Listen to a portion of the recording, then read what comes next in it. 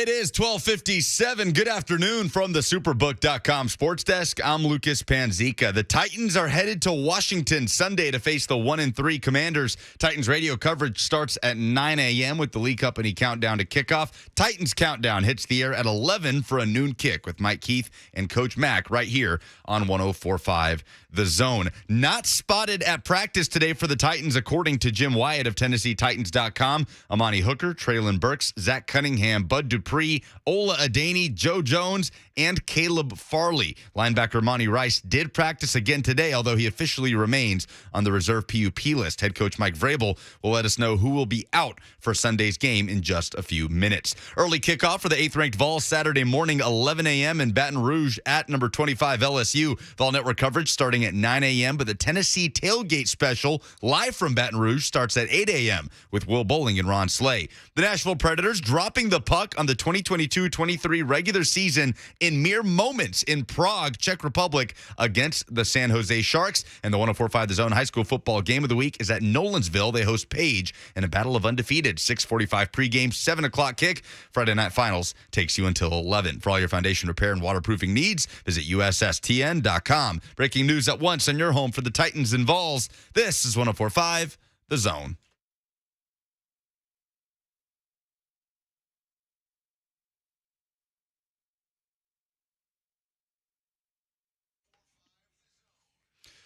It's a Friday. It's Blaine and Mickey on 104.5 The Zone. The Tennessee Titans getting ready to head to our nation's capital. Kind of. Stadium's not quite in Washington, D.C. Team's not staying in Washington, D.C., but all the same, the Washington Commanders host the Tennessee Titans on Sunday. Lucas Panzica filling in for Mickey Ryan next to the hitman Blaine Bishop. Jackson Williams, our producer.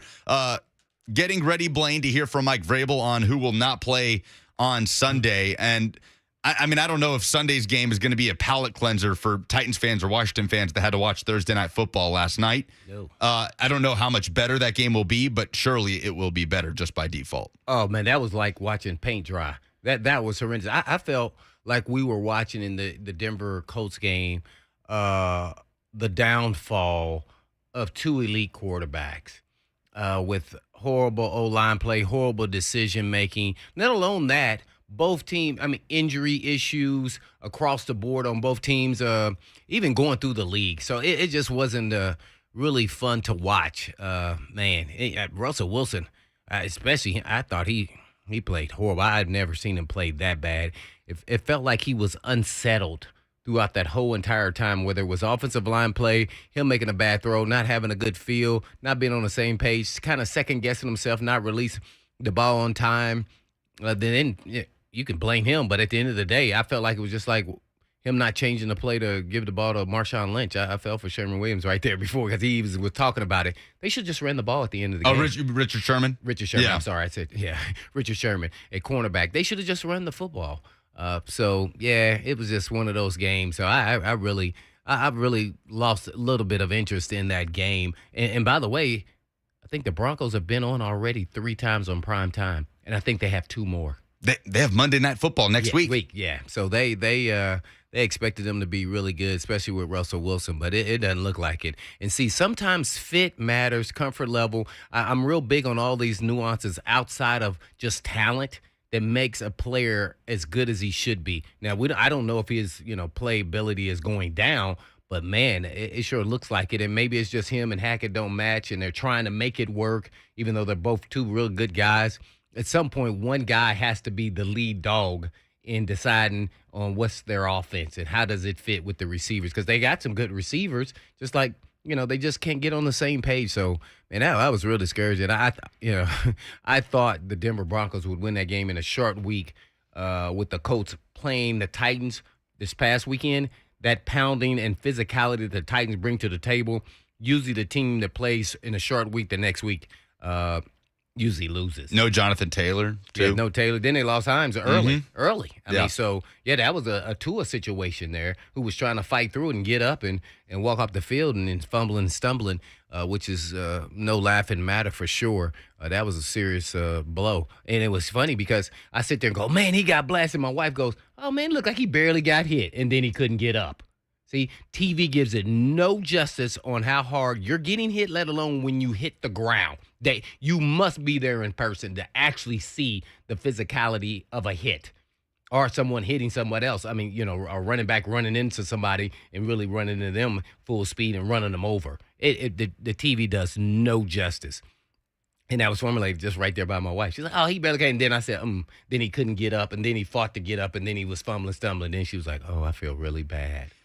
So it was just one of those games. That may be one of the worst times I've watched a game. I mean, like, I got disinterested after halftime. I really started doing other stuff, and I was just like, it didn't even matter who won, really, to be honest. I just wanted the Colts to lose, really. But at the same time, I was just like, oh, this game is just, this is horrible. I turned it.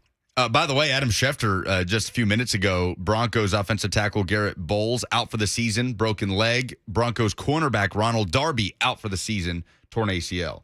2 big injuries in that game. And that's a game that you would have thought 5 weeks ago when you're looking ahead at the early season primetime matchups, like, okay, Colts, Broncos. Be a good one. That's interesting there. AFC West, AFC South. The most interesting thing was Peyton Manning was up in the suites. He was on the field beforehand. It's the Peyton Manning Bowl, Colts and Broncos.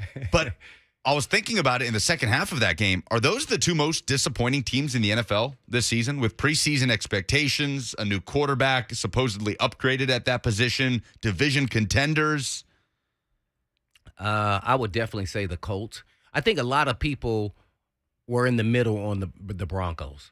I think they thought Russell Wilson is a borderline Hall of Fame player. I think he is. Mm-hmm. And that he wouldn't have instant success there with Denver. It would take time. The Colts, everybody thought the Colts were going to win the AFC South and be a dominant team. They now have Matty Ice. Their offensive line still is porous. And I think if Matty Ice has time, I think he can carve people up. But he has no mobility. I mean, none. I mean, I thought he had a little more mobility. So I think they got to have a line that can protect him. If not, they're going to be in some serious trouble. And they may be, unfortunately for the Titans fans, we can all, give a soul clap for the Colts doing really bad. But if they do so bad, they could be in the running for the Bryce Young in a first-round pick for a quarterback again. That is what I'm nervous about. Yeah, that. Because I think their line is just that bad. And I don't see it getting better. I just don't. Well, they're 2-2-1. Yeah, when you look and see who they be, I mean, man, they're 2-2-1. Right, Titans are 2-2. Jags they're are still 2-2. in the hunt. They're still in the hunt. You're right. But if not those 2 teams, you say the Colts, absolutely one of the most disappointing teams in the NFL. I think Denver's going to get it turned around. I do. I don't know why I feel that way, and I think it's because I've seen what Russell Wilson can do to a team. But until he does it, do we know? No doubt. Yeah. Anybody else on the list? I mean, I'm sure there's some other teams. But yeah. I don't know because who would have thought? Well, a little bit. I mean, I know they're 2-2, but Tampa Bay. Oh, Tampa. Well, then they gonna have injuries at the receiver position, skill position, and interior on the offensive line. But they're still one of those teams that you just think they're going to figure it out. They are. The Packers. They're going to figure it out. Yeah.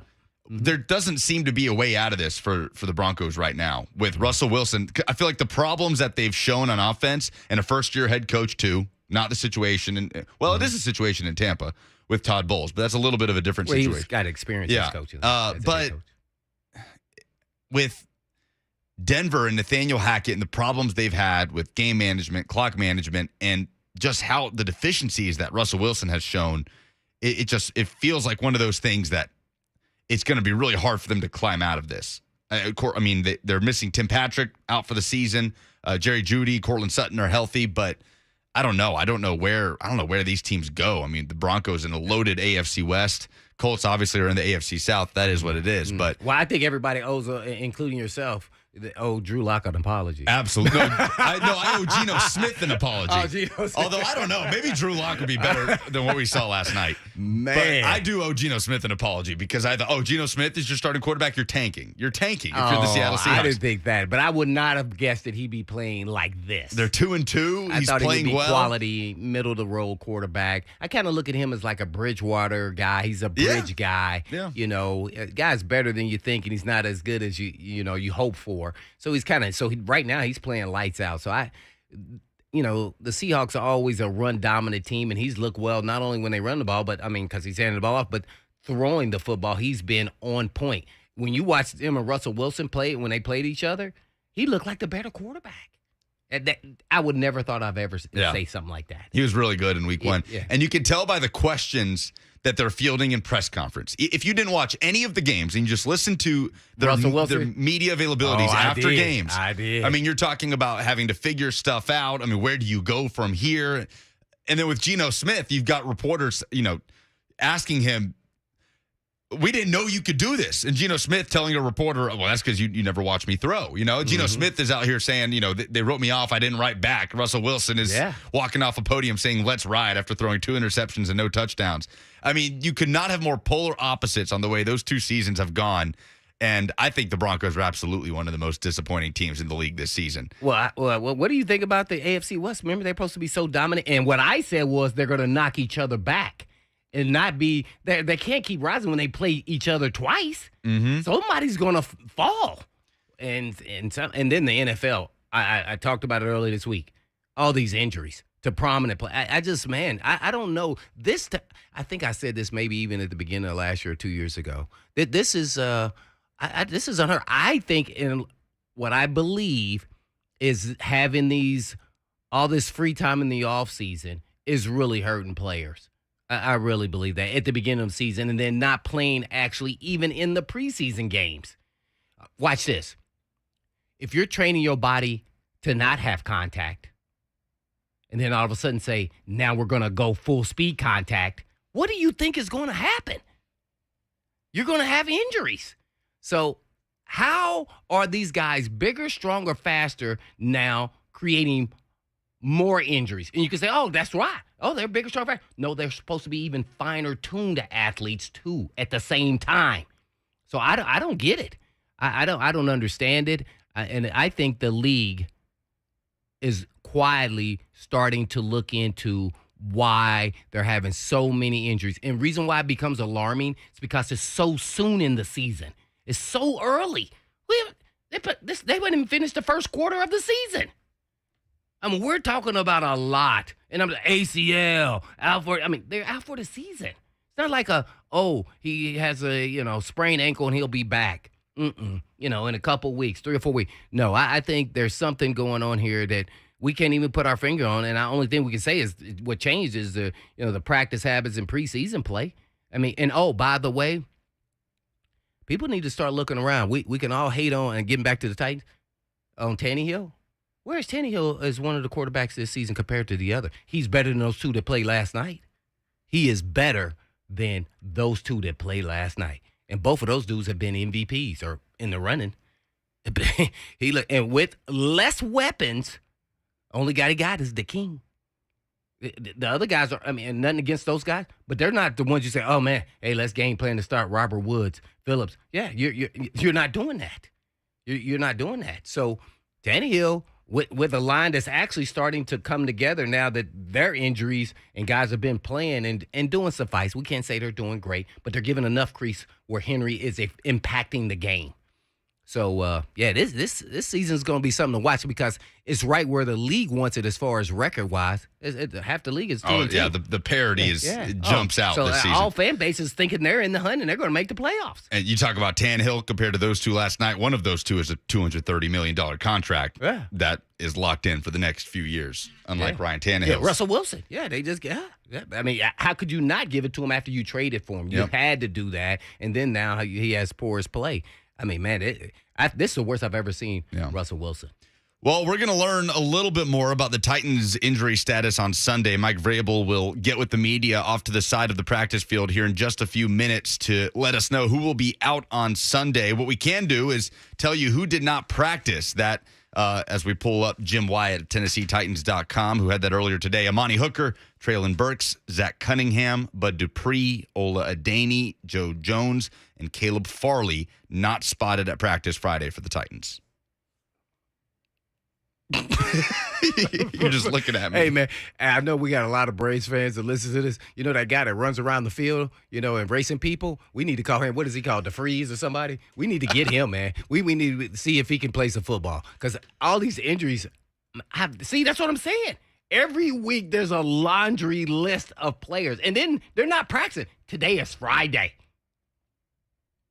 Travel tomorrow. Yeah, this is not like, oh, this is Wednesday. It's the first day. We're going to give him a rest day, or he just needs another extra day to heal up from, maybe tweak his wrist or elbow or knee. It's all over the place. Let's go to Matt. And I know some people are going to go to the training staff. The training staff does not keep them from getting hurt. Now, they try to help them rehab to get back, but they are not the ones out there getting them hurt. They're training on their own. Like you said. I get that all the time. They're training staff. They're strength and conditioning. Well, they're not here.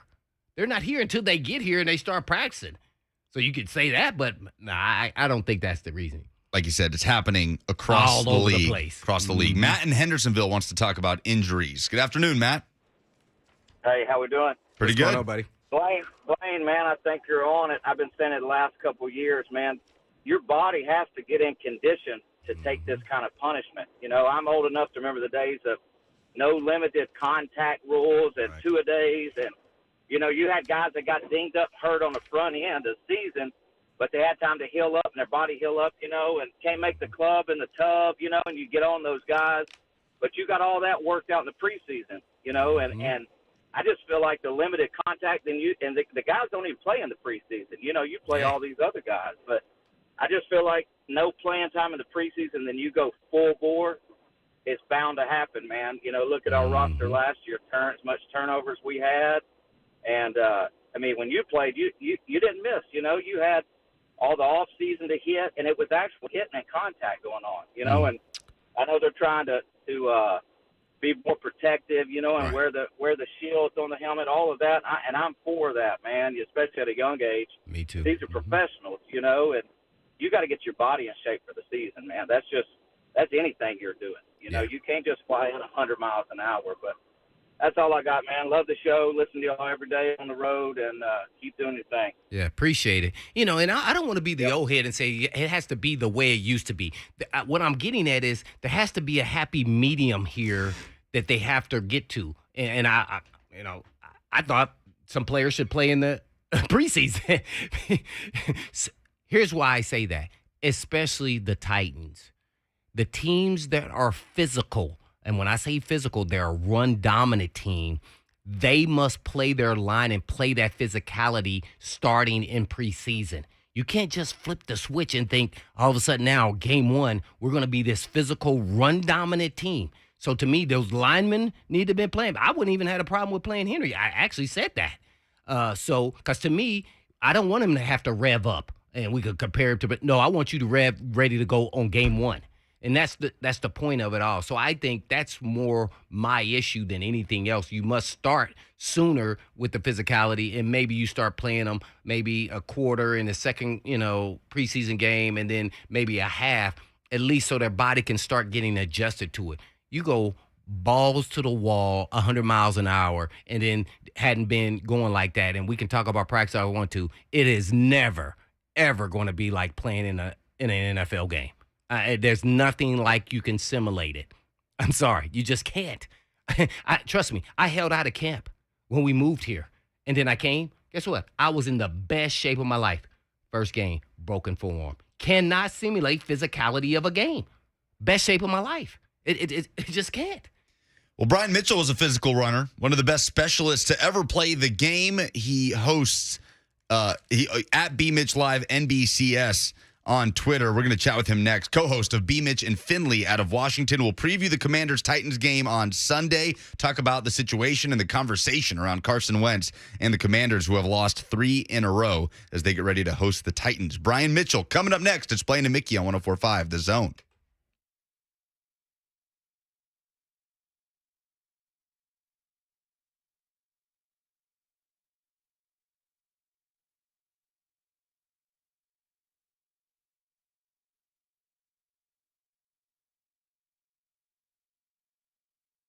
I don't have to tell you, it's hard to protect your biggest investment these days. You can spend the weekends cleaning your deck or driveway or home, and then you can watch the weather to find the perfect time to apply some protector to the surface that's going to be gone within a few years anyway. Or the chore that it is these days to find someone honest and trustworthy to come out and do these things for you year after year. There needs to be a better solution. That's what my friend Steve Nelson and his team over at Everseal thought too. They've taken technology that's been around for ages in industrial applications and figured out how to provide a permanent solution for sealing your exterior wood and concrete at a price that home and business owners can actually afford. Their process starts by deep cleaning all the way through the wood or concrete to bring it back to looking as new as it can ever look, and then their patented seal will absorb all the way through to become a permanent part of your wood and concrete to prevent any further deterioration for the next 30 to 50 years. Everseal is locally owned and operated, have an A rating with the Better Business Bureau, and they're able to work year-round in any weather, so there's no better time to see what Everseal can do for you and your home. That number is 844-383-7872. Don't forget to mention my name and get a 35% discount off your initial estimate.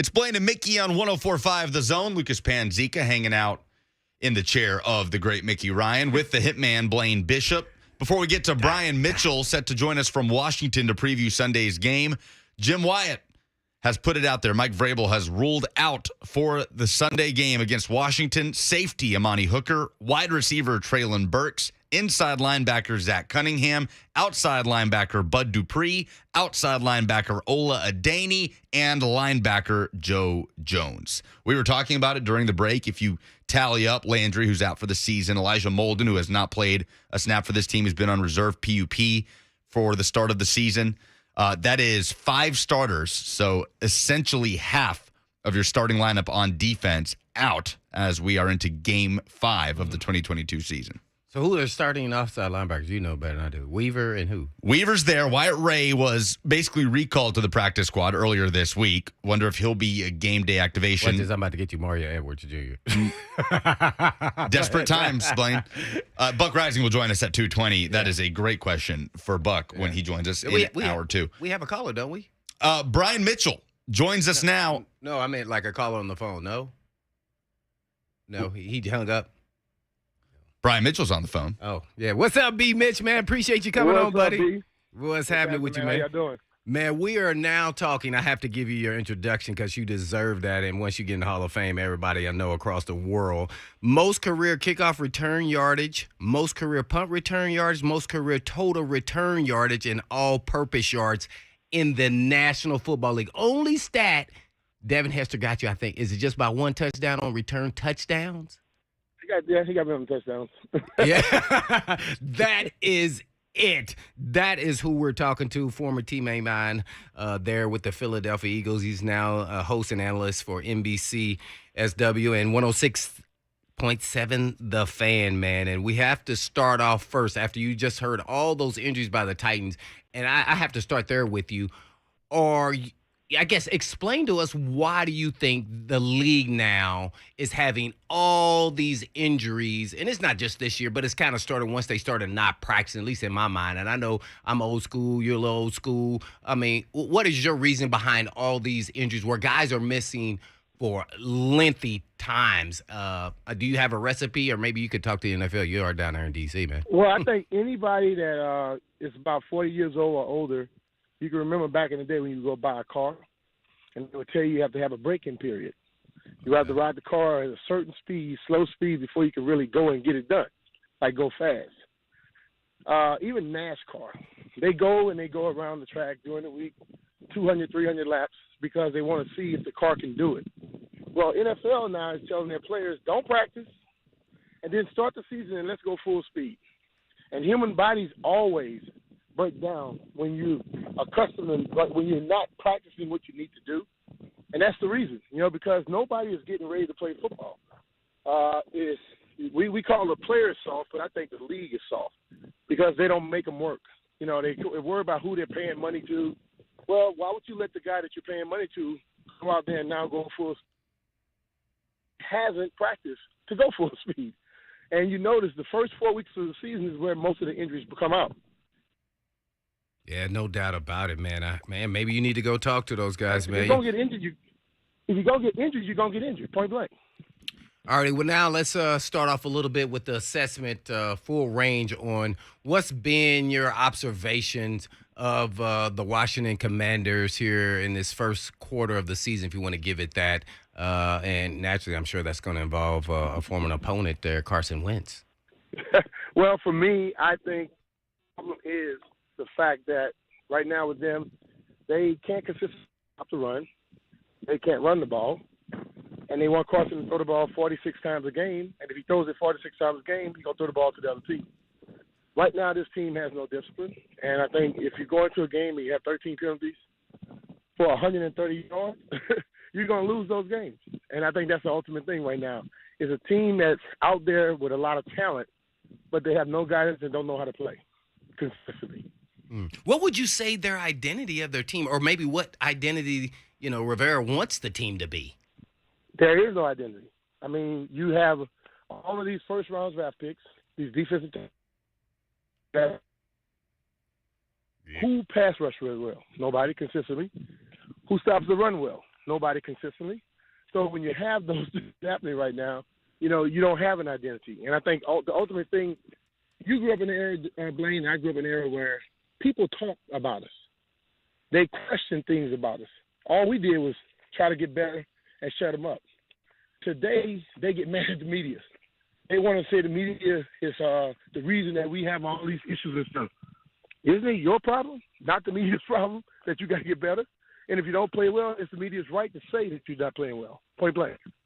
There you have it from the great future Hall of Fame returner Brian Mitchell.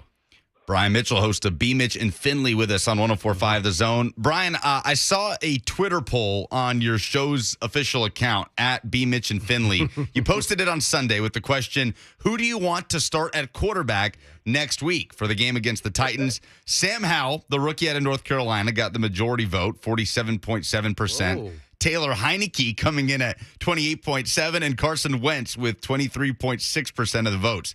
Has that been the conversation this week? You posted it on Sunday, so I guess that was the reaction to watching Washington lose to Dallas. But has that legitimately been the conversation? Do people believe there has to be a better option right now than Carson Wentz? The fans is a better option. The team doesn't, because the team went out there and they signed him, and they say he's their guy.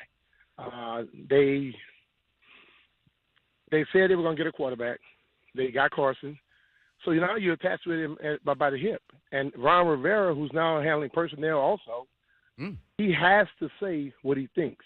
Right now, Carson Wentz is a wounded quarterback, I would say. He's mentally wounded because he feels that he's a guy that he doesn't like challenges. He doesn't like competition. He thinks I'm supposed to be the quarterback on the team and nobody else is supposed to come out here and play. Whenever they start trying to talk about another quarterback, it messes with his head. So at this point, if you're paying the guy $28 million, he has 2 years left on his contract. He has no guaranteed money left on his contract. You haven't extended him. You got rid of people because his salary. You may as well let him go and go with somebody else. That's the way I feel, because I don't think he is the guy. He's not a $28 million quarterback anymore. Well, add to that then, is he connected to the hip with Rivera? If they do let him go, is that the end of Rivera as the head coach? Since they traded for him.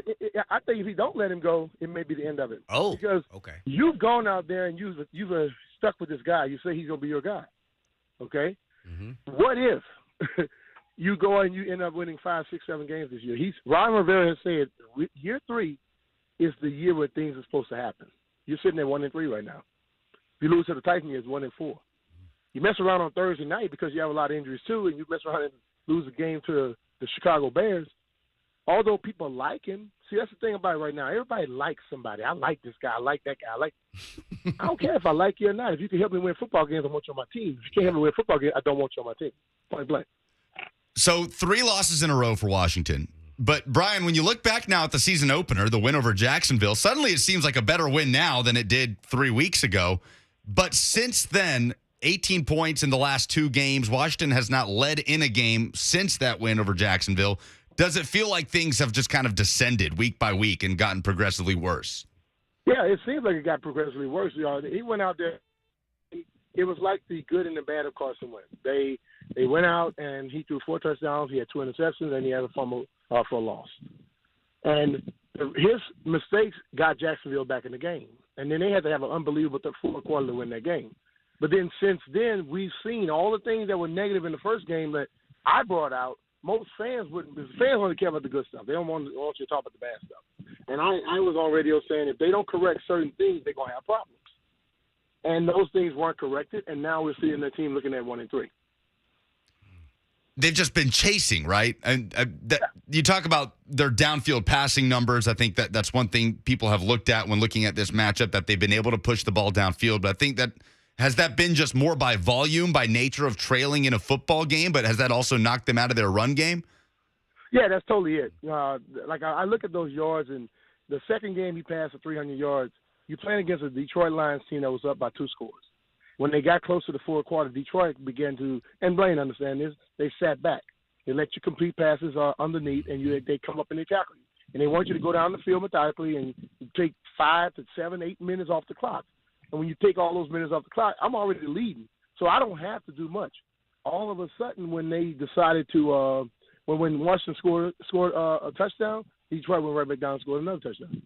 So they were just keeping them away. But those yards came kind of like blind. They were yards that were given to them by Detroit. It wasn't that the passing game is that good. B. Mitch, man, that just sounds horrifying because I feel like the Titans are beat up going into this game, but the Commanders, it seems like it's going downhill, and that's always a scary game to play. But has there been any talk of Derrick Henry and stopping the run amongst the defensive guys and then the media asking them questions about it? Because really everything revolves around the king on this the king in this offense. Well, that's the whole conversation because Jonathan Allen and Deron Payne are both Alabama guys. Mm-hmm. So, they understand Derrick, and they say he's a momentum guy, so you got to stop his momentum. And they're going to try to get to the backfield and slow him down because once he gets started, I don't give a damn if you're 300 pounds or 290, he can run through you. Mm-hmm. And I think that's the ultimate thing for them. They are worried about him because they know if he gets started, they're going to have a long day. Mm. Well, speaking of the D-line, how soon or close is Chase Young to coming back, or is he? Chase, he just came off of IR, but now they're talking about possibly me and my radio host, co-host, we've been saying we think he'll get back around Thanksgiving. I don't think they'll try to play him Thursday because it's coming too soon. Mm-hmm. I think the week, maybe 2 weeks, 3 weeks down the line, you'll see some Chase Young. But Chase is coming off a year where he was subpar. He had a sack and a half when he got hurt. He had played 10 weeks. So, you don't know if he's going to come out and be the guy you thought he was going to be. Mm. So that's the ultimate thing. He has to find his way again like he did in his rookie season. Mm. Based on stopping the run, I was looking at some of you guys' former, previous games, and I saw that y'all use a safety. How's the front seven and even eight, if you're putting a safety in there, have done of stopping the run? Well, they haven't done a great job. I mean, there were teams averaging 6 and 7 yards a carry against us without the quarterbacks running the ball. They have this thing they call the Buffalo nickel where the safety comes in and plays more of a linebacker playing. So there's an extra guy in the box. But they run a 5-man front sometimes, which I don't think is a good thing because those big guys can't move around like the linebackers normally would. So everybody attacks the edges, and they have a lot of success against it. So for me, they have to make sure they go out there and win with their front. They haven't been able to do that. When a team has an okay offensive line, we have problems stopping the run. Well, exciting. At least I don't know if he'll be back this game, but at least no damage. I guess kind of give us the backdrop story on Brian Robinson. I think he's an Alabama guy too. Yep. I think. Brian Robinson. Him getting shot. I don't know if he's going to play or not, but just kind of talk about the running backs and his whole situation there. Well, watching him in preseason, you can just see he's that real running back. He's the true what you mean about running backs. He's going to run the ball. He's always getting positive yards.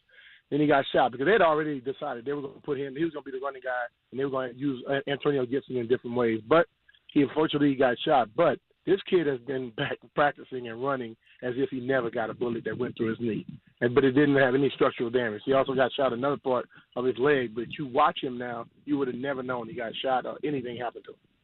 Well, I have to ask, my co-host is missing, which is phenomenal. I mean, crazy story there on the leg. But the J.D. McKissick, I think he went to Arkansas State. That's Arkansas State guy. Yeah, but my former, co-host who's not here, he's out today. He's an Arkansas State guy. So, what do you think about him? Is he kind of just that kind of gadget, third down guy and role player? He's the truth. He's the truth. You know, players know. Yeah. And when J.D. McKissick touches the ball, whether running the ball, catching the ball at the backfield, the dude is unbelievable. But for some reason, they only think he can catch the ball at the backfield. They don't run him a lot. But every time they give him a run, he has a lot of success. So he's that guy that I think Antonio Gibson needs to look at to try to model his game after. Right now, Antonio Gibson is still a guy. He's 6 feet, 228 pounds, but he still thinks like a wide receiver. You got to start thinking like a running back, and J.D. McKissick does that to perfection. Well, Gibson, he was a receiver somewhat in Memphis and then running back too, so at the same time. So that's good oversight by you there. Now, lastly for me, they're going to do everything they can to stop the King, Henry, you guys, and Commanders. But how has the secondary played in one-on-one matchups? You laughing. I don't know. You may be laughing at our receivers. I don't know. No, that's a trick question because they have been god-awful. They're absolutely terrible. That's the whole thing about it. They're terrible. And I think ultimately that's going to be a problem. Like we're going to have to figure out how to stop somebody. If they don't, they're gonna have a hell of a problem because they can't stop anybody right now. We're with Brian Mitchell, the best returner in NFL history. Washington Appreciate you, legend brother. Brian Mitchell, former teammate of Blaine Bishop, Yes, Brian of Mitchell. course, Brian, what indeed. can you tell me about Blaine's time in Philly? I know it was just one season, right, Yeah. towards the tail end there, but if there's one memory that sticks out about the Philadelphia version of the Hitman, because we know about the Titans version of the Hitman. Yeah, Brian- that was a different version of me. Blaine was always a guy like I thought he was cool as hell. He was a team, a veteran guy. I didn't like young guys. You got to teach them too much. Veteran guys come in and they know how to handle their business, and he was one of those guys. Appreciate that, B-Mitch. Brian Mitchell with us on 104.5 The Zone, host of B. Mitch and Finley at 106.7 The Fan in Washington. Brian, thanks so much for the time, man. No, one more question, though. This has got to do with, do you like the new jerseys? Because that was another question I'm sure Mickey wanted. The new Washington jerseys. Yeah, the Washington Commanders jerseys. You know, I saw they had the blackout or whatever it was. I was like, oh, okay, cool. They looked like the Pittsburgh Steelers. I didn't like it. Oh, Short and sweet. There you have it there Yeah. from Brian Mitchell. The best, man. Appreciate it, brother. All right, take care, man. You have a good one. All right. Same to you, Brian Mitchell, with us on 104.5 The Zone. So things are going well in Washington. My goodness. Oh, man. I feel like we should blow them out now. Then I mean, if that gives you an if they idea, stop the run, and then that means we can throw the ball because their corners are horrible. at B Mitch Live NBCS is where you can follow him on Twitter. So there's been a lot of optimism about Brian Robinson Jr., which is a crazy story of him coming back, an armed robbery attempt in the offseason, 2 gunshot wounds, and he's practiced. I think this is his 3rd straight day practicing today. So there's optimism about him playing on Sunday. I don't know that he will for sure, but I mean, whether or not that gives them any sort of added edge in the run game, Titans have obviously struggled there a little bit this season, allowing almost 5 yards per carry. But if that conversation gave you any idea about what the narrative is in Washington right now, I mean, he literally laughed when we asked him about the defensive backs. It's a bad situation. And he's right. Carson Wentz, too. They put up the poll. I mean, The people are calling for Sam Howell. They're calling for Sam Howell right now in Washington, which you could have predicted, right? I mean, Carson Wentz, with how that has – the way his career has played out since the injury in Philadelphia. I mean, it was similar in Indianapolis last year, but just the totality of it. I mean, the injuries, both sides of the ball, the way that they've been allowing teams to run the ball on them, their lack of success running the football, having to play from behind, that knocking them out of that part of their game. Ooh, you see, that makes me feel like there's about to be a setup because everything is just like, yeah, we should beat them easy. Yeah. We should win by 14 points, and nothing is in the league. And what makes me really nervous? Those 2 Alabama guys on defense, they know Henry. Darren Payne, Jonathan Allen. Yeah, they're gonna be like, It's pride comes into effect. Pride comes into effect. They're gonna try to stop him. They're gonna try to stop him. I guarantee it. So after hearing that conversation from Brian Mitchell, what makes you nervous about going into this matchup, if anything? 615-737-1045. We'll get to your phone calls. I see Will. I see Julius. Your calls on the other side. It's Blaine and Mickey on 104.5 The Zone. Yeah.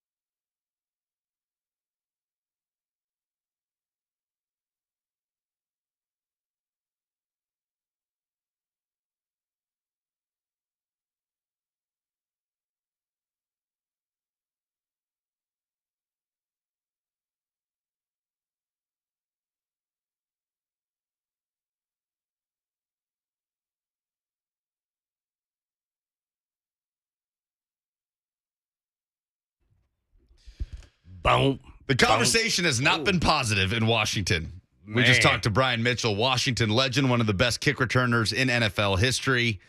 And, I mean, everything we lobbed at him, Blaine, everything, whether it's Carson Wentz in the quarterback situation, the defensive back situation. I mean, we asked, what's this team's identity? He said they don't have one. It was like he couldn't even figure out what they want to be, which is an even worse problem than not having an identity, is not knowing what a team wants to be. So things are not good in Washington right now. Like I said, they have not led in a football game since the end of their Week 1 win against Jacksonville, which, like I said, looks like a good win now.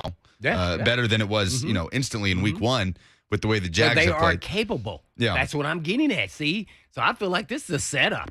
This is the setup game. All of a sudden, they're going to come out and we're going to say, man, this team is a horrible team. And then they go out there and look what we're, biting our nails at the end of the game. I feel like that's what this is about to be. Get to some of your phone calls. The Preds have dropped the puck on the regular season, tied up 1-1. Oh, yeah. Oh, that's live. That's live in Prague. Kiefer Sherwood scores on his Predators debut. Sharks tie it up, so near the end of the first period in Prague, Czech Republic. Yeah, you're worldly. Have you been there? I have not been to Prague. Oh, okay. I don't think I've definitely been to haven't Prague. there, If I did, I was a little toddler and my parents dragging me around. okay. Cool, though. Again, before we get to your calls, Mike Vrabel has ruled out Traylon Burks, Amani Hooker, Bud Dupree, Joe Jones, Zach Cunningham, and Ola Adeni for Sunday's game against the Commanders. We go to Will in California to talk about injuries. Afternoon, Will. Yeah, come on. Hey, how are you guys doing? Great. You're doing great, man. Great. To answer your question before you went to the break, my biggest worry about the Commanders, one, not a huge fan of that name. Two, Carson Wentz's biggest weapon, which is the underthrown pass interference call. I'm real worried about that in the game coming up. But, the Titans, being the Titans, trap game definitely looms large. Definitely worried about there being a trap game here. If talking about injuries like what you guys were talking about earlier, 3 seasons ago, we didn't even have a preseason. We're now in the second season of 3 preseason games. Normally, what you would see is you at least get a half out of your starters in game 2 of the preseason that would give them enough time to heal if they had minor injuries. You don't even get that anymore, and that's with this additional 18th game. So a lot of, and I think the Titans lean into this too, there's a lot of development happening in those first 3-4 games of the season. They're developing the team, they're developing the offense, and that's why everything in the NFL at the beginning of the season just feels so topsy-turvy, I think. I don't know. That's my take. And then the other thing, and I'd be curious what you think about this, is everybody, those 2 quarterbacks that played last night, Titans fans on Twitter were clamoring to have either one of those guys on the Titans this year. And those were Super Bowl contenders because of those ads. Tannehill, although he's not a superstar level quarterback in my eyes, he has not missed a Titans game since he started. Yeah, thanks for the call. I agree. Yeah, I agree. And he's playing better at this point in time. Yeah. Now, they're not all on the same plane as far as age, but, Tannehill's played solid considering. It's not great, but it's not horrible. So he's right there in the middle, right where he's at. And with this team and the way it's built, with the running game, he doesn't have to be. He just doesn't happen to make mistakes. One thing Will alluded to that I want to ask you about after I want to take this call from Brent in Lebanon, 615-737-1045, discussing Titans Commanders on Sunday. Brent in Lebanon joins us on 1045 The Zone. I want to ask Blaine about what Brent has for us. Brent, good afternoon, man. Hello, how are y'all doing? Doing great. Doing great. You mentioned trap game. I don't think any team that's 2-2 professional should be looking at any game as a trap. You got to get up and get ready for every. I mean, we done been beat by 2 teams that shouldn't have beat. One team that shouldn't have beat us. So there's your trap right there. Thanks for the call, Brent. Now we just need. All right. Yeah. That's what I wanted to ask you about, because we were talking about that earlier today on the Buck Reising show. He asked me, do you believe in the concept of trap games? And I said, at this level, no, because everything I've heard from you, from Ramon Foster, anybody else that we work with or interact with that played or coached at this level, almost scoffs at that idea. Right. Well, it's because, that's the term that's used in college because that are the set. But I use the term setup, and that is because you don't know who's healthy, who's not, and who has their A game. But I'm definitely agree with both of who all said that is, trap games in the pros. It's not really, that's not a true statement there. If you get beat, they were the better team that day. So that's why I'm concerned is that everybody's saying negative things about the Commanders is this a team that can sneak up on us and actually be better than we think. They seem to be horrible in every phase. So they're not stopping the run. They can't with the pass. They can't run the football. They can't even throw it. If they do, they have to throw a lot because they're behind. And then Wentz then is, a shell of himself. So I'm like, well, dang, that just sounds horrible all across the board. They can't be that horrible. So that's the only thing. I just so I know trap game. No, that there are no traps in the pro sports. Julius in Murfreesboro is next on Blaine and Mickey. Good afternoon, Julius. Yo, what up? How y'all doing? Doing good. Doing great. Yo, Blaine, I had a question for you, man. Like, back when you played, like, how did Jeff Fisher prepare y'all for the season? And then my second question is, do you think, like, the players are overtraining and it's causing injuries? Like, doing too much lifting and not enough practicing. And I'll hang up and listen. Thanks for the call, Julius. Well, I think we practice pretty much the same as Vrabel watching their practices, except we still had inter squad scrimmages within our own team, and then we would scrimmage other teams. So I think some of that is the same. I just think they don't tackle fully to the ground, which is what we did in certain periods. And then once the season starts, then you're already prepared, and then you're not tackling to the ground. That was one thing that was different for me that I had to get adjusted to in year 10. It went back to like my rookie year is they were, Andy Reid at the time was tackling guys still to the ground in training camp. I mean, it was day after day after day. And I was like, Andy, man, I'm not, I got to go about 80%, man. He said, 80? I said, okay. He said, don't do that. I said, okay. And then I went and we did 80%. Next thing you know, he got the red dot on me. What the heck are you doing? On practice film. On practice film, yeah. I said, I'm going by 80%. We don't do that here.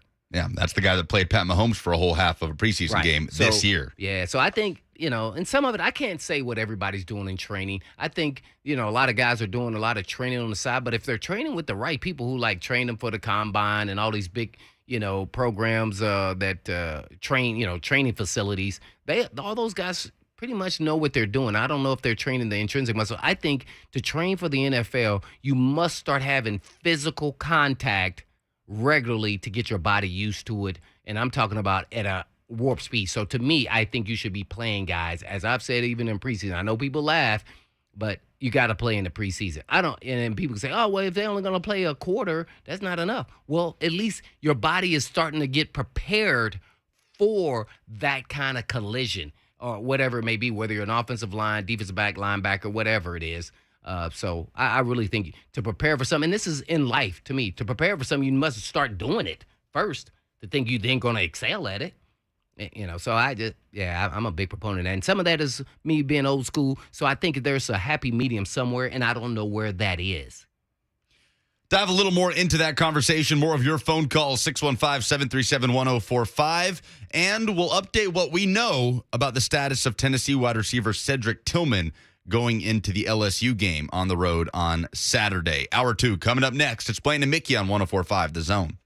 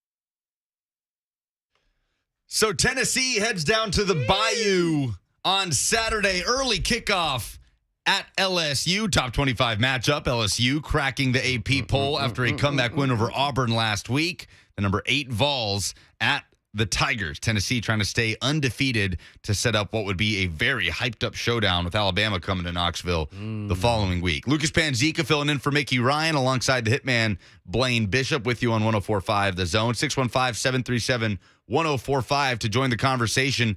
So, Blaine, Tennessee heads down to LSU, and we were talking about it during the break. It's an LSU offense that has been finding ways throughout the course of the season using Jaden Daniels' legs, but just hasn't really cracked that element of their passing game with the downfield threat. And the plays have been there. Like Jimbo Fisher is in a press conference after the A&M game saying, well, the plays are there, we're not executing. I feel like that's more true for LSU right now than it is for Texas A&M. The plays are there. Keyshawn Butte, who was basically awarded the Bolitnikoff before the start of the season. Preseason All-American, yeah. Hasn't even totaled 100 yards receiving yet to this point. Played 4 games. At some point, he's going to have a breakout game. The worry is it going to be against this Tennessee secondary on Saturday? Ooh. Well, you hope not. But at the end of the day, at some point, I agree with that. I think he will have a big day, and maybe it won't be as big as we're thinking, but I think he's going to be, 80 yards. I just think he's too good. They have to make a point of getting the ball. We had Jacob Hester on yesterday. He talked about how they maybe do some speed sweeps, just get him involved early, quick passing games, some screens and bubble screens and everything else, and then get him into the progression of the routes. I think him and Jaden Daniels, people must understand that the quarterback and the receivers must be on the same page with a whole new system. I just don't think Daniels is quite there yet, and you're hoping that they don't get to the point where they get on the same page. Well, not just, Butte, but, all the receivers, because he's running a lot, because the O-line is horrible. So is UT's defensive line really going to be able to get after him to make him continually be uncomfortable? And kind of like how Russell Wilson was last night, where you just feel like you're uneasy and, in the pocket, and you get outside and you run and you start saying, well, I'm going to run even when there's not pressure. So they have to contain him. So they have to be in the rush as well. But I think Tennessee's going to win this game. I don't think LSU has enough offensively to keep up with the pace. So their plan should be, we're going to run the football and we're going to slow this thing down and snap the ball on I'm going to call it the shot clock, right at 30-29 to slow this thing down, because I don't think their defense, who has a great front four and they have solid secondary pieces that some transferred in, but I just don't think they have enough to stop this offense. Maybe to contain it a little bit, but I still think they're going to put up 30. And they're averaging what, 35? Tennessee? What did they average at this well, point? I guess I kind of throw out the window of the right. Ball State. You're talking about over 40, 44 points per game if you're looking at those games. So but in reality, they put up points. They put up 30 plus, 34 points against Pitt, 38 points against Florida. Those are your 2 Power 5 matchups so far this season. Yeah, Stingiest defense Tennessee's played so far this LSU, year. And they got some guys up front that can get after the quarterback. So, Hilker, if he can continue to, not turn the ball over, I think they'll be fine. But I think it's going to be a little closer than expected. But I know who's favored in this game? Tennessee by 2.5 right now. I thought that number was low. I think Tennessee is going to win 7 or more. I really, a 7-10. I think that's where they'll be. I just don't think LSU can keep up with the scoring. I just don't feel that. Not the way their offense is running right now. They if they do, that means they're able to run the football, and that helps out the passing game for them. But I don't think they'll be able to run the football in Tennessee like that. Brian Kelly's been somewhat critical of his quarterback and just their passing game in general about just not cutting it loose at times. It feels like he has just this Jaden Daniels, that is. Don't be scared to make a mistake, is what he's getting at. Yeah. And that's what he said. I listened to his whole press conference. So when I will it back, so then I go, well, why is he not doing that? Did y'all tell him not to be that way in the beginning? And now y'all trying to let him now cut it loose? Athletes do what they're being told, especially at the college level. So did y'all tell him, let's don't turn the football, let's protect the football? And then now he's kind of made it known that, well, I'm not going to throw the football. He acts like now he wants him to take risk. Yeah. Throw the ball, believe in where your receivers are, and I think it's kind of can get in his head a little bit. So maybe, hopefully, it does, and then he throws one and takes a risk, and then Tennessee then makes a big play in the secondary. They have capable players, so I think let him take some risk, see what he does. Hopefully, it won't be in the bad way. At least on Booty. Man, I hope he does not get off this game. But you can tell watching him. I've watched a couple games and just sporadically. Some of his body language and everything, I don't know how the NFL is going to look at this, but he looks like, man, hey, man, y'all got to give me the ball, bro. What are we doing here? He looks like he is not a happy camper. Now, he's not like pouting or, anything like that, but the body language like, dang, man, I was open. Like, what are we doing here? That's how it looks. So at some point, if you're not winning, then that part becomes a problem. So they better make a point to getting the ball. Kelly was up here talking like this is not going to hurt him in the draft, and NFL still going to view him the same way. Well, he's thinking, hey, man, I'm supposed to be leading the country in yardage if y'all get me the ball. And then I think he's starting to press, too. The game that I watched, he started pressing like he was, and then he had some drops that was dead in his hands. I was like, uh-oh. But think about the opportunity in the eyes of LSU coaches, quarterback, receivers, their preparation this week, the conversation that they are probably having all week long about the opportunity that is this Tennessee secondary to finally break through in the passing game. Ooh, man, I would say that they think they can throw the football. But, a lot predicated, I'm going to go back to the offensive line because Tennessee hasn't been able to get after the quarterback the way I thought they, would be able to, at least from the outside, as much as I thought they haven't been getting home, right? Exactly. The QB hurries and the pressures and the hits, they're there, especially up there. Inside. But they're not getting home. Yeah. So that works hand in hand with the secondary. It works hand in hand. So they got to get tighter covers. Then next, that split second, then they get sacks. Well, it also works the other way, too. You put pressure, then that gives us a second, to get closer to make a play in the secondary. So maybe they rise to the occasion and we see them play at another level. Because I'm interested to see, because it's kind of like the defense is bend, don't break type of defense. They're not doing anything, they're blitzing here or there. They had some, solid linebackers, and the DBs are just good players at the SEC level. They're not great players. Like, you could go on the other side of the ball and say the LSU dudes, they got some guys that's going to get drafted. I mean, they can talk about transfers or not.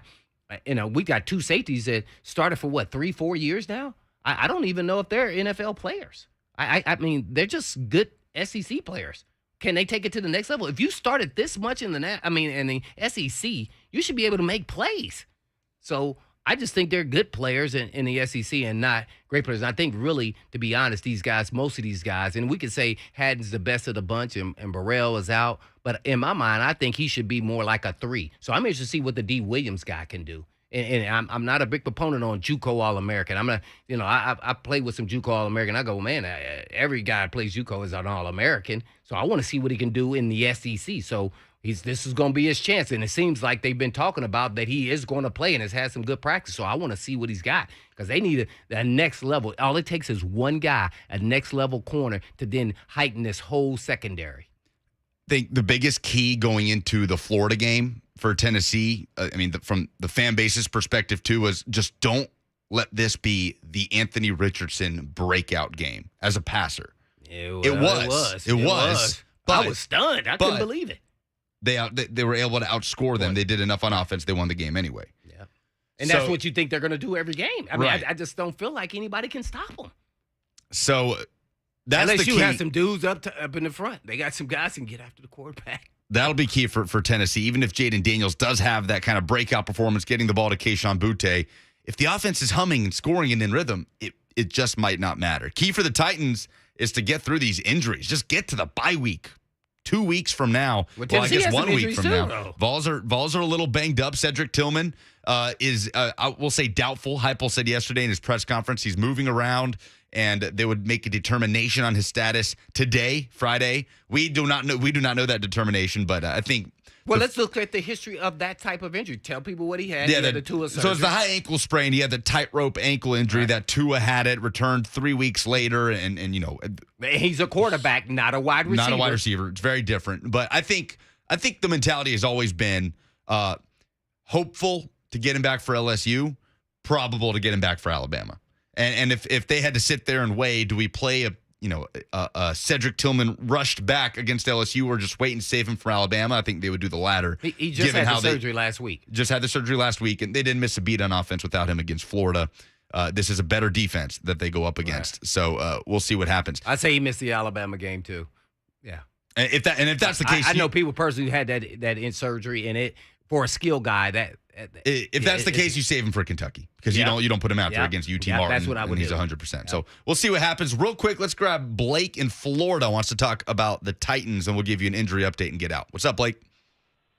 Oh no, guys! I just wanted to hit on y'all's Titans conversation earlier. I'm down here in Florida, and we talk about these guys all the time, and I'm so worried about this team. I mean, I'll take a win any week, but we are a terrible 2-2 team. Mm-hmm. We beat the Colts, which we really don't know if they're a bad team or a terrible team at this point. Mm-hmm. And we beat a winless Raiders team, and we really don't have a good gauge on where this team is. I mean, I'm glad Henry went over 100 yards this last game, but if we look at our receivers, they get 9 receptions for 85 yards and 2 touchdowns collectively. I mean, I would have been cool if we had a receiver that went for that as a player, but that is our entire group of wide receivers' body of work that day. I am so worried we're about to get back to this Marcus Mariota style of play for Derrick Henry, where they just commit 8 and 9 people to the box because they have nobody to worry about in this wide receiver corps. And the tight ends, this is the least productive I've seen our tight end group in a long time, guys. And it's just this team scares me. Yeah. Thanks for the call, Blake. In a team, the Commanders, which I feel like is a team that has nothing to lose. Yeah. Nothing. Lost 3 in a row. If their media is talking like that, they have nothing. And that's what the part that scares me. Find out what scares Buck Reising on the other side. Give you the injury report. Final injury report before Sunday's kickoff against the Washington Commanders. It's Blaine and Mickey on 104.5 The Zone.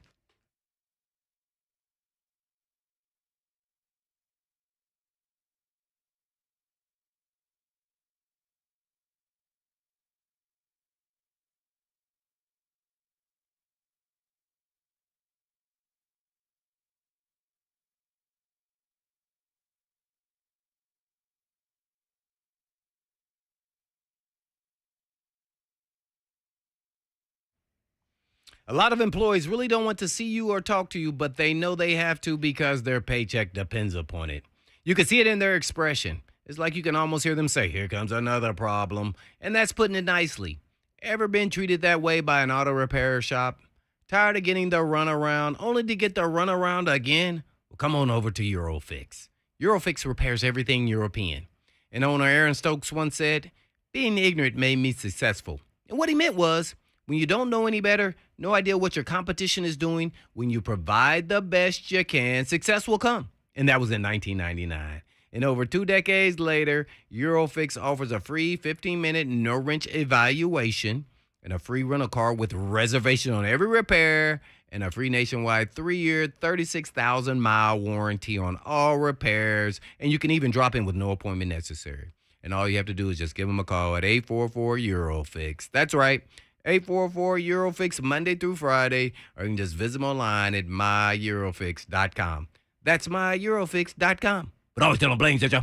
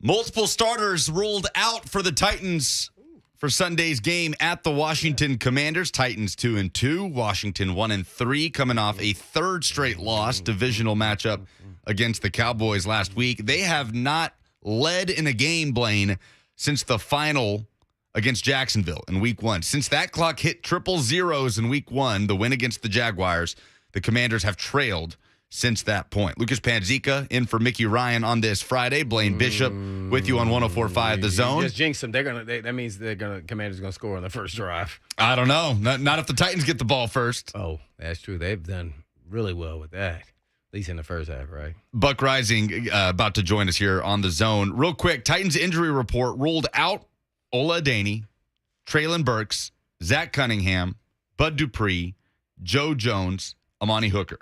Not playing on Sunday. Questionable are Nate Davis, Caleb Farley with a knee. He appeared on the injury report yesterday for the first time this week, was a limited participant. He did not practice today. Questionable for Sunday's game. And Lonnie Johnson with illness did not practice today. He is questionable against Washington. As for the Commanders, Johann Dodson, the rookie receiver out of Penn State, he was ruled out earlier this week. And Curtis Samuel was a full participant after not being able to practice the last couple of days. Well, that's kind of cool. Dotson's not playing because I think he was leading in touchdowns, and he's the best route runner on the team is what they're saying. McLaren's kind of the deeper threat, but he was kind of the, route runner guy who's kind of the red zone guy. So that's a good deal with some secondary guys maybe out with Hooker. We'll see where Farley's at and where he's at on the depth chart this week as far as his playing time. I thought when he got in the game, it was a little up and down, but I think that's progress when we're talking about him for me. And one of them was an underthrown ball, which was really hard to find when you're in man-to-man, when you're, cornerback in this league. So I thought he did a fairly decent job on that, even though the guy still caught the ball. I thought it was – I give it a okay from last game. I know a lot of people just looking at, he got beat, for a deep ball, but I thought that was a tough one to play there. That was way underthrown. He stopped and then had to find the ball. When you're in man-to-man, for everybody's information, your back is to the ball, so you got to locate the ball, and you only get the chance to read the receiver to see where the ball is located, and he had to spin around 2 different times. So, yeah, that wasn't a bad play. So, yeah, it was okay, solid. So we're seeing improvement, I would say, at least in his play. And then he wouldn't get some big receivers, too, who are just as athletic as him and Pierce and Pittman. You're right, by the way. Dotson, 4 touchdowns on the year. He does lead them there. McLaurin with just the 1. Buck Reising joins us now on 104.5 See, that's how I The do Zone. my research when I'm playing. I do just like I do when I was playing. I was like, who's the guy or go-to guy? It's the rookie. And they call up defense to where I can go out of my zone and go get him because I'm going to go get a pick or a knockout. Not playing. I was more a knockout guy, though. Not playing. Yeah, we know that. I couldn't hit. I couldn't catch. I could hit for sure, but I couldn't catch. Johann Dodson can catch, and he is not going to do any of that on Sunday out for the Commanders. Yeah. Buck, we were talking to Brian Mitchell, a local host in Washington legend, one of the best kick returners in NFL history, and just trying to get the narrative, the conversation that's been happening in Washington the last couple of weeks. And oh my goodness, Buck, when we talk about Carson Wentz, when we talk about the offensive line, just the entire narrative has been dreadful out of Washington. They don't have an identity right now. And then we asked him about their defensive back situation, and he laughed at us. I mean, it's pretty laughable right now at this point. Both the William Jackson, the corner that they paid to come over from the Bengals, who had a couple nice seasons there, has been wildly disappointing. And Kendall Fuller has not really been much help to them either. Now, I think they could benefit by having a few more of their pass rushers available. I'm certain Chase Young would make a difference for a secondary that's a little lacking, but that's obviously not going to be the case and hasn't been the case throughout the course of the season. It is an objectively bad football team. Well, with Buck Reising and Buck, I guess I'm going to start off just talking about the Titans. And if you have any recipe on why they're having the second half, debacles with you or Cassell or Coach Mack through your conversations with them, what are you seeing in yourself, of course, out there that's causing all these mishaps in the second half? So, I mean, it's a variety of different things, which makes it, it makes it a harder problem to solve, right? It's not like you can just pinpoint play calling or player execution or even play design. It's a combination of all of those three things, and it manifests in ways in the second half that I can completely not explain because it's not there in the first. I don't know what it is that causes them to have such a drastic drop off. And I mean, we know that they do like a conservative style once they have the lead. That's theoretically how they're built to play, given that running game that they've started to find in the last couple of weeks, to their credit. But, yeah, I mean, you have to take it on a drive-by-drive basis, and any number of things. On the first drive against the Colts of the second half, it was just a poor play design on top of whether you thought the play call was right or wrong. You can't have Tannehill rolling out right into Dio Odangbo, who's sitting there waiting for him because he didn't, he made the proper read, and the play design didn't necessarily move him out of the way or move Tannehill out of the way.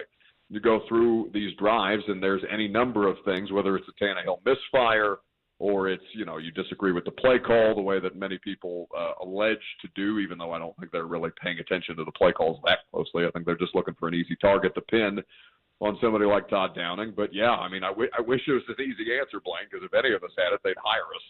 Yeah, I know, no doubt about it. What did you think when you heard the injury report list on who's out?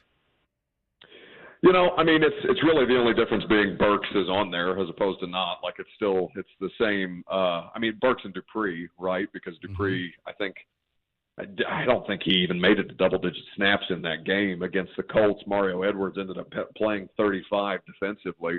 So, they've had to make do without defensive starters. I thought they did a nice job on Sunday against the Colts. I don't think more tape on those guys who are filling in is going to help them necessarily, whether it's Dylan Cole or Andrew Adams, the safety, who's playing for Amani Hooker.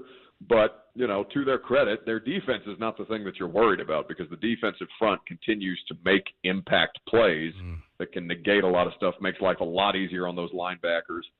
Mike Vrabel said it was one of the best games against the run that their linebackers have played collectively. And, of course, it's not just the linebackers playing well. It's the fact that these guys are running clean because the offensive linemen of the Colts couldn't make it to the second level and cover those guys up. So, you're as long as, knock on wood or whatever's closest to you, as long as Danico and Jeffrey are healthy, that seems to be their biggest source of success and the biggest advantage that they have over any team, particularly the Commanders, who are struggling with protection as well. And I think if my memory serves, are without 3 starting offensive linemen this week as well. Man, well, that all seems like that should go in Titans' favor, but we never know. And when we're talking about the NFL, so now with Burks out, who do you think is or what are they going to do it collectively at wide receiver or tight end that kind of fills that void with him being out? I know NWI did he even have a target last week? Did he have a target? I believe he had a target. I would have to go back and look. I know he didn't have any catches though. He wasn't. Right? He didn't factor in. Yeah, he didn't. He wasn't a part of what they were able to do to move the ball, whether that was, through his own game plan. It's like Kyle Phillips. Kyle Phillips played 2 snaps. We don't know who necessarily that's because they're slow. He got a target, yeah, but we don't know necessarily. And in fact, I talked to Kyle about that today. We don't necessarily know if those things are by game plan design or if, in the case of Phillips, they're just kind of slow playing him to get him right against with this shoulder injury. So, if Phillips is healthy, we know that Tannehill trusts him. Certainly that was evident in the first game against the Giants, the last time we saw him fully ready to rock. They've taken the punt return responsibilities off his plate, it seems, in the immediate, with Robert Woods filling that role. Blaine, their most reliable source of receiving production is the running back, Dontrell Hilliard, and frankly, Derrick Henry is factored into that as well. So I think that those guys, when you talk about wide receivers and tight ends who are going to need to pick up the slack, I don't think you can discount either of those players as a part of the Titans passing game, even if that's not, the most conventional approach.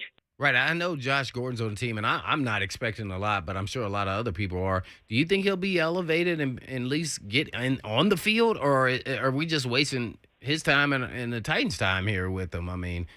Because one more time they elevate him, I think then that's it, right?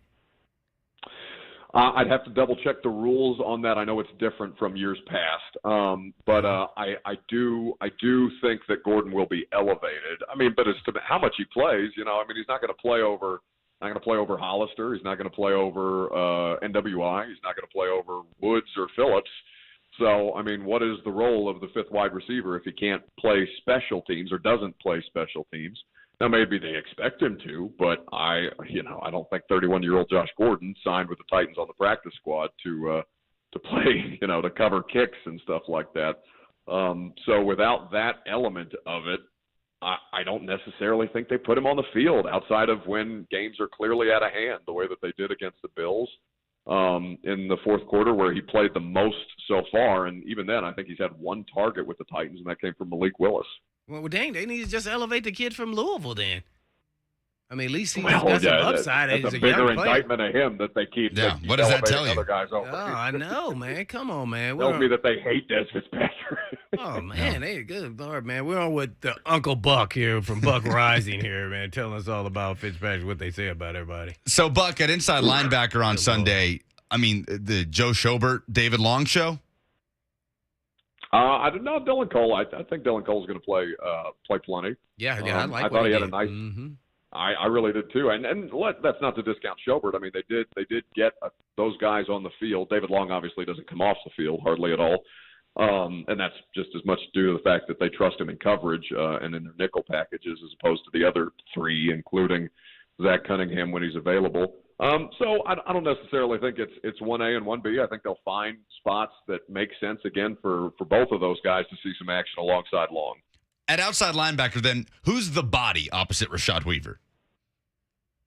That's an excellent question. I believe it to be Mario Edwards, who's technically listed as a defensive tackle and certainly has the physique of one. But I noticed this week on the 2 days of practice that I was able to see that he works out with the outside linebackers the same way that Autry does. So, they line Autry up on the edge. That kind of counts as some of their edge rush presence. But Edwards, I thought with the 35 snaps that he had, he played pretty well. So I would expect to see a fair amount of him on Sunday again against the Commanders, the way that he filled in for Bud in the Colts game. What kind of opportunities in front of this front here? I mean, you hear quarterbacks talk all the time about, you prefer no pressure at all, but inside pressure is more disruptive than outside pressure. And if you can get it, it's typically quicker. And obviously that's been the Titans' strength all season long with this front. What kind of opportunity lies ahead then with the issues they've had on the offensive line? I believe they're on their third center in Washington right now, with what Jeffrey Simmons and Danico Autry can do to impact this game.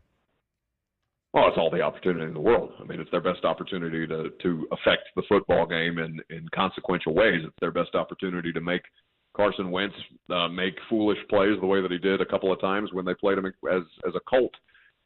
This is the thing that they do well, because it's not, to Weaver's credit, he has played a lot out of necessity, and he was going to have a role in some form or fashion this year anyway.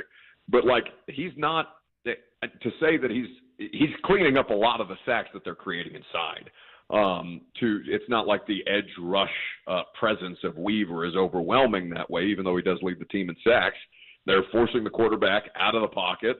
They're making it difficult for a quarterback to kind of climb the pocket because it gets so muddy inside, and they're tossing centers and guards left and right around the way that they did to Quentin Nelson and Ryan Kelly of the Colts, and they're making it impossible for a quarterback to step up into that and throw, which means that either they're going to get to him from the inside of the pocket, or he's going to roll out, which also makes it easier out the back of the pocket, which also makes it easier for defenders to go out there and clean up sacks. That's why one of the best things that Ryan Tannehill does to avoid those sacks is he runs through the lanes that are created when the pocket breaks down for positive gains, as opposed to rolling out of the back of the pocket the way we see a lot of quarterbacks do. He is Buck Reising with us on 104.5 The Zone. Buck, will there be a Hooper sighting here, or is this just going to continue? Well, buddy, his snap count has decreased every week that he's been on this roster. He was playing north of 60% of the snaps against the Giants. That was just above 35% of the snaps on Sunday against the Colts. I mean, he doesn't block well enough for them, apparently, and if you don't block as a tight end in this offense, you're not going to see the field. So I think I think it again is the Jeff Swaim show in ways that we fooled ourselves in training camp. And I don't think we were fooling ourselves. Like, what we saw in training camp was Tannehill and Hooper working well together. Now they're not going full contact, and it's tougher to discern, how good a player is as a run blocker in those circumstances when, the drills aren't flat out live. But apparently they're not liking what they're seeing, because all they've done is lessen his role in this offense and given Swaim as much as any skill position player on the field and increased Chiggs in the last couple of weeks. Well, speaking of not liking what I'm seeing, what about that game last night? That was horrible. It was disgusting. What did Coach Matt call it earlier with us, Lucas? Just flat out mismanagement. Well, whenever you ask Coach Mack a question, when I called him and to get him on the air, and we have our little chat before we put him on, and I'm just I said something along the lines of, Coach Mack, that game last night, and then whenever he starts an answer with, let me tell you something, Lucas, you know something good is coming, and it was that type of day. Oh man, it was disgusting. The Broncos weren't even good enough to do the Titans solid and beat the Colts team that clearly was trying to beat themselves on every passing drop back for Matt Ryan, because I felt bad for him. Yeah. He had two left feet too. He was not great himself when the pocket was clean, but can you blame him at this point? He's 37 years old. He's clearly somebody who needs at least a clean interior, despite the tackles are struggling. Like, he needs the center, what does Matt call it? The center guard triangle to at least be sound, to be able to step up and as a strider of a quarterback, the way that a lot of these guys are, to step up into the pocket and deliver the throw. And he can't do that. Matt Ryan is having to make throws on the run. And, to his credit, he made a couple yesterday that I thought he had no business making. But, I came away from that game feeling sad for Matt Ryan. Get him off the field. He's being wrung around his neck by 22-year-old defensive linemen. That can't be an enjoyable experience for him. And, now they've got a hideous 12-9 win. I got two questions for you. This one is a fun question. After week 4, I'm going to give you 3 quarterbacks, and I want you to pick which one would be your franchise quarterback. Ryan Tannehill, Matty Ice, and Russell Wilson. Who's better at this point? Oh, it's indisputable. It's Tannehill. Tannehill, there's some missed opportunities there when you watch some of these games back, but nothing as egregious as what Russell did. You want to talk about missed opportunities for the opportunity to win that game on 4th and 1. He just misses flatly. KJ Hamler on a slant route, running wide open in the end zone, so much so that KJ Hamler rips his helmet off after the play, slams it to the ground. And takes a knee because he's so distraught that the quarterback, the $240 million quarterback, just gave away the game because he wasn't reading his progressions properly. It's bizarre. I can't remember who it was this morning that I saw make we'll say, when did Russell Wilson become Mitch Trubisky? But he's playing really bad football right now. Beyond all their issues that they're having as far as clock management and game management is concerned. And Ryan, Matt Ryan may still be a good quarterback, but be damned if I can figure it out behind that offensive line. He's in bad shape. Real quick, we're going to let you go. Call your shot on the Titans Commanders. Who you got? Score, 2. How much? God. Yeah. Don't laugh at this. I love doing this to him, and I love that you did this to him. Oh no, I didn't know you do this to him. Blaine. He does this to me at the end of every show. He tries to get me to make a game pick because he knows I hate it more than anything else that we do in sports media. But because Blaine asked me, not Lucas. Oh well, how about you call the UT game? The UT game, since that's a part of Lucas too. Well, I like the Tigers in that game. I'll be honest with you. Oh, now he picks the Tigers. We had 3 hours of radio earlier, and nary a mention of LSU beating Tennessee. There you go. We'll let you go on that note there, Uncle Buck, man. Appreciate you, man. All right, Buck, see you in Washington. Goodbye, boys. Thank you. This is Buck Reising on 104.5 The Zone. So what is the mentality of a defensive back room when going up against a turnover-prone quarterback like the Titans are this week against Carson Wentz? We'll ask the hitman. We'll call our shot on the way out. It's Blaine and Mickey on 104.5 The Zone.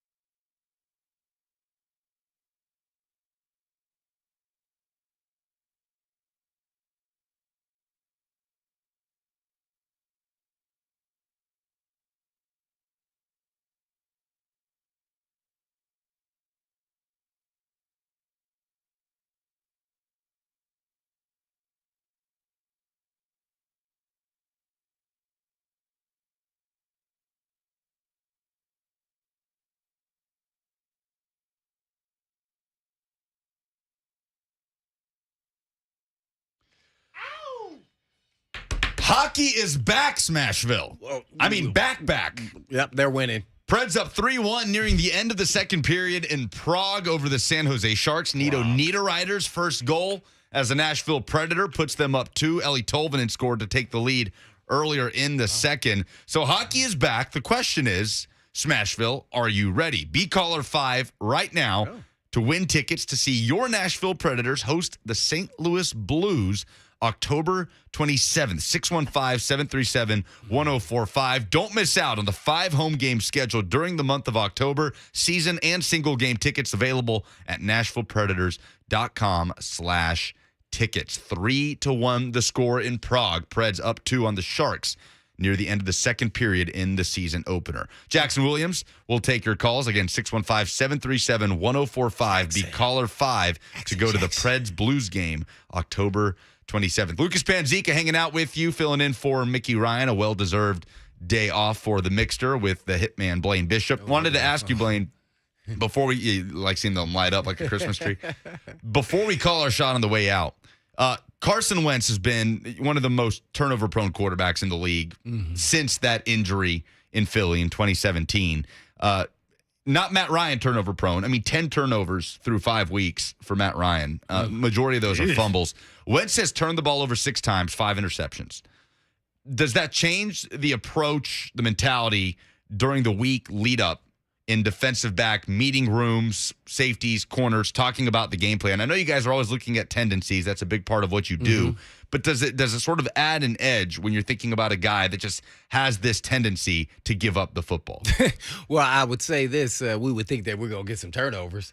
I don't know if you go against your responsibilities, though. And that's probably why I don't have a lot of interceptions. I would think that they're trying to force the ball, so I would still want to try to do my tendencies of what I thought they were going to do and what the game plan is and what our responsibilities are. So you go in there with a different mindset that, when you get turnovers, they kind of come in bunches. And that we were going to get a lot of them. If he's doing it, then he was going to try to force feed some things. And if you're on the side of the ball based off of formation recognition down a distance, you're going to get a chance to make some plays on the football.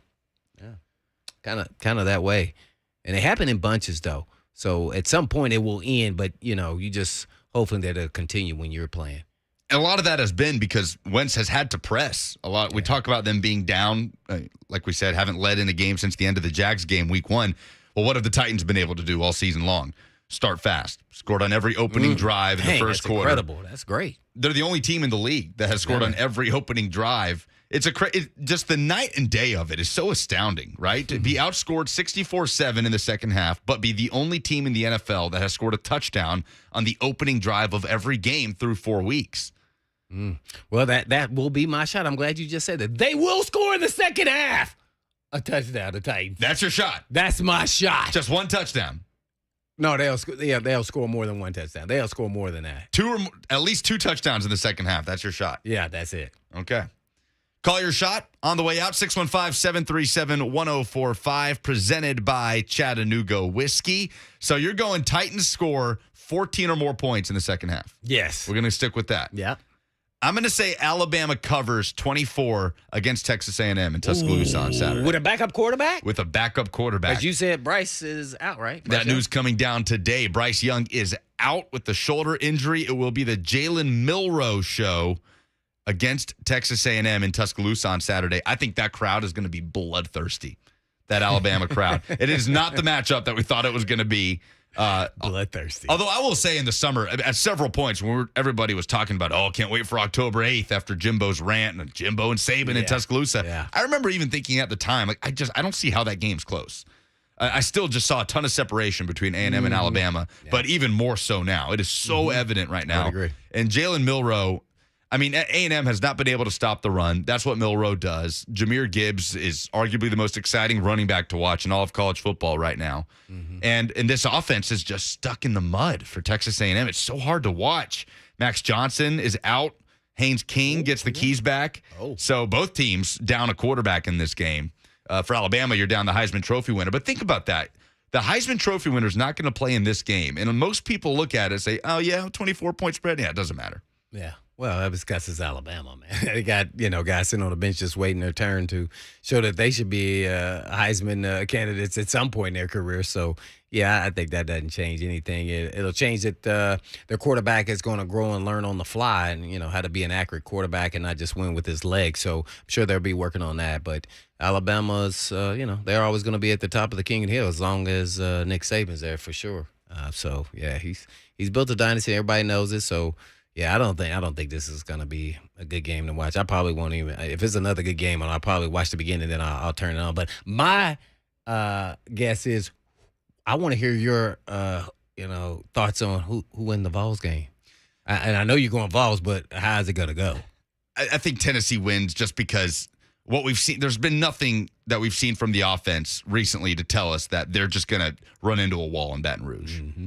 So on offense. Yeah, on offense. And Jaden Daniels might have that breakout game. Keyshawn Butte might have that breakout game, but the Florida game showed us that might not matter. Mm-hmm. And that there's going to be a lot of that in the Josh Heupel era at Tennessee. Yeah. A lot of it just doesn't matter because Tennessee's able to go and put up 38, 35 points, whatever it might be. So I'll go Tennessee. I will not be surprised whatever happens. I think Tennessee fans are way too overconfident on this one. Oh, talking about the points? The LSU game. Yeah. I mean, I think this is a close game deep into the fourth quarter. And I think you get a matchup of unbeatens in Knoxville next week.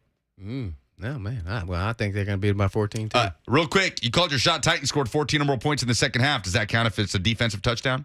Yeah, absolutely it does. Still counts. Yeah, still counts on the board. 3HL coming up next. Blaine, this was fun. Yeah, always is. Man. Do it again on Monday. Mickey Ryan will be back in this chair. Stud. But for the hitman Blaine Bishop, for Jackson Williams, I'm Lucas Panzica. In the meantime, in between time, peace.